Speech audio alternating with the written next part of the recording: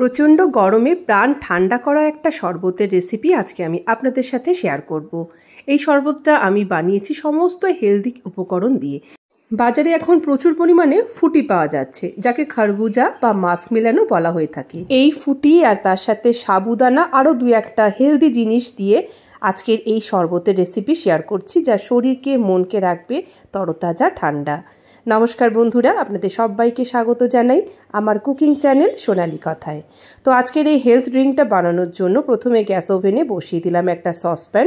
আর সসপ্যানের মধ্যে বেশ অনেকটা পরিমাণে জল যখন এভাবে ফুটতে শুরু করবে, এর মধ্যে দিয়ে দিতে হবে হাফ কাপ সাবুদানা। সাবুদানা সম্পূর্ণভাবে সিদ্ধ হতে সময় লাগবে প্রায় 15 থেকে 20 মিনিট।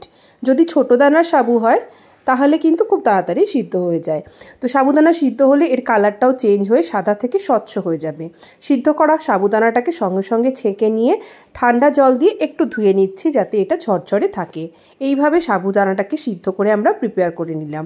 নেক্সট নিচ্ছি মাস্কমেলন বা ফুটি, বা হিন্দিতে একে খরবুজাও বলা হয়ে থাকে। এই মাস্কমেলন কিন্তু বেশ উপকারী এবং এটা দিয়ে খুব ভালো শরবত তৈরি হয়। তো প্রথমে কি করলাম, আমি মাস্কমেলনটাকে দুভাগে ভাগ করলাম। এক ভাগ একটু বড় সাইজে রেখেছি, যাতে করে আমি শরবতটাকে সার্ভ করব। এবার একটা এরকম ডাবু দিয়ে এর ভিতরে থাকা সমস্ত দানা বার করে দিচ্ছি। এই দানাগুলোকে আমরা ব্যবহার করব না এই শরবতে, কারণ এগুলো খেতে বেশ টক, ভালো লাগে না। আমরা দানা বার করার পরে আবার সেই একই ডাবু দিয়ে দেখুন কিভাবে এর ভিতরের যে পাল্প পোর্শন সেটাকে তুলে নিচ্ছি খুব সাবধানে। এইভাবে পুরো পাল্প আমরা ফুটির বার করে নেব।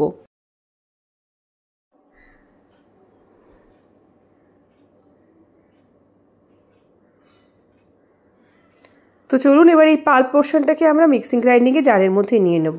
এবার কি করব, মিক্সিং গ্রাইন্ডিংয়ে জারের মধ্যে এটাকে নিয়ে 10 থেকে 20 সেকেন্ড চালাবো মিক্সিটা, তাতে এরকম একটা মিক্সচার তৈরি হয়ে যাবে।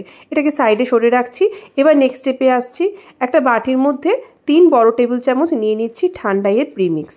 এটা আমার বাড়িতে করা এবং এর ভিডিওটি আমার চ্যানেলে আপলোড করা আছে, আপনারা দেখে নিতে পারেন চাইলে যে কীভাবে এই প্রিমিক্সটা বানিয়েছি।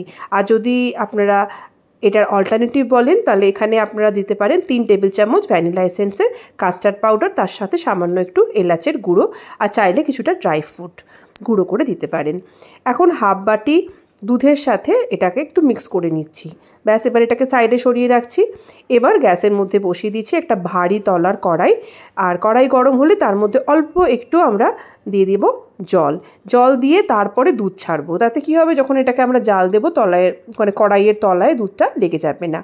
আমি এখানে মোট 500 ml দুধ ব্যবহার করছি। এটা আমার 250 ml মাপের কাপ, সেই কাপের 2 কাপ নিলাম, মানে টোটাল 500 ml একদম নর্মাল কাউ মিল্ক। এবার দুধের মধ্যে সেই ঠান্ডাইয়ে যে মিক্সচারটা আমরা দুধের সাথে গুলে রেখেছিলাম সেটা দিয়ে দেবো। আর এটা দেওয়ার সময় একটু ছেঁকে দিচ্ছি, কারণ আমরা শরবতটাকে একেবারে স্মুথ করে বানাতে চাই। তো এই যে ড্রাই ফ্রুটের গুঁড়ো আমার এই প্রিমিক্সের মধ্যে ছিল, সেগুলো যাতে মুখে না পড়ে তার জন্য এটাকে আলাদা করে দিলাম। এবার এটাকে কিছুক্ষণ আমরা ফুটিয়ে নেব, কারণ এর মধ্যে কাস্টার্ড পাউডার আছে। কাস্টার্ড পাউডার থাকলে 3 থেকে 4 মিনিট ফুটিয়ে নিতে হয়।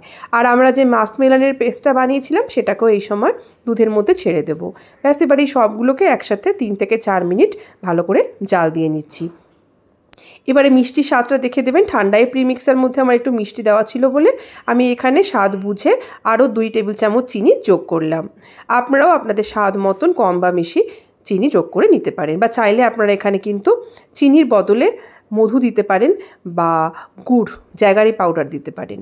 ব্যাস, এবারে 5 থেকে 6 মিনিটের মধ্যে এটাকে ফুটিয়ে নিলেই দেখবেন দুধটা বেশ অনেকটা গাঢ় হয়ে এসছে। এবার এটাকে একটা বাটির মধ্যে শিফট করে নিলাম, আর তারপরে সিদ্ধ করে রাখা সাবুদানাটাকে এর মধ্যে মিশিয়ে দিচ্ছি ভালো করে। এখন এই যে শরবতটা, এই শরবতটাকে আমরা এই অবস্থাতে একদম নর্মাল রুম টেম্পারেচারে নিয়ে আসবো। তারপর এটাকে ফ্রিজের মধ্যে রেখে দেবো কয়েক ঘন্টা, 1 থেকে 2 ঘন্টা ফ্রিজের মধ্যে রাখবেন, তাহলে একদম চিল্ড হয়ে যাবে। দেখুন, এটা আমার 2 ঘন্টার পরে ক্লিপিং ফ্রিজের মধ্যে রেখে দিয়েছিলাম, একদম ঠান্ডা হয়েছে। এবং ঠান্ডা হলে কিন্তু এটা আরও একটু ঘন হয়ে যায়। আমি কাছ থেকেও আপনাদের দেখাই, দেখুন। এবার আমরা এটাকে সার্ভ করব। তো কিভাবে সার্ভ করব আমি দেখাচ্ছি। দুভাবে আমরা সার্ভ করতে পারি। এক তো এরকম একটা যে কোনো কাঁচের গ্লাস নিয়ে নেবেন, আর তারপর এর মধ্যে দিয়ে দেবেন অল্প একটু সোক করা চিয়া সিড। এই চিয়া সিডটাকে আমি প্রায় 15 মিনিটের জন্য একটু জলের মধ্যে সোক করে রেখেছিলাম। এই চিয়া সিড কিন্তু প্রচণ্ড উপকারী, কিন্তু প্রচুর ভালো ভালো উপকরণ রয়েছে, যেমন অ্যান্টিঅক্সিডেন্টস, বিভিন্ন ধরনের ভিটামিনস, মিনারেলস। তো 2 চামচের মতন সোক চিয়া সিড দেওয়ার পরে আমি এর মধ্যে শরবতটাকে ঢেলে নিচ্ছি। এইভাবে না ঢালার পরে একটু চামচ দিয়ে নাড়িয়ে নিচ্ছি, যাতে চিয়া সিডগুলো যেগুলো তলায় রয়েছে দুধের সাথে ভালো করে মিক্স হয়ে যায়। তারপর উপর থেকে একটু পেস্তা কুচি আর একটু আমন্ড কুচি ছড়িয়ে দিলাম। ব্যাস, এইভাবে সার্ভ করে নিলাম। আমি আরও একটা প্রসেস আপনাদের দেখাই। বোলের মধ্যে সরাসরি আমরা চিয়া সিড যেগুলো সোক করে রেখেছিলাম সেগুলো ছেড়ে দিয়ে মিক্স করে নিচ্ছি।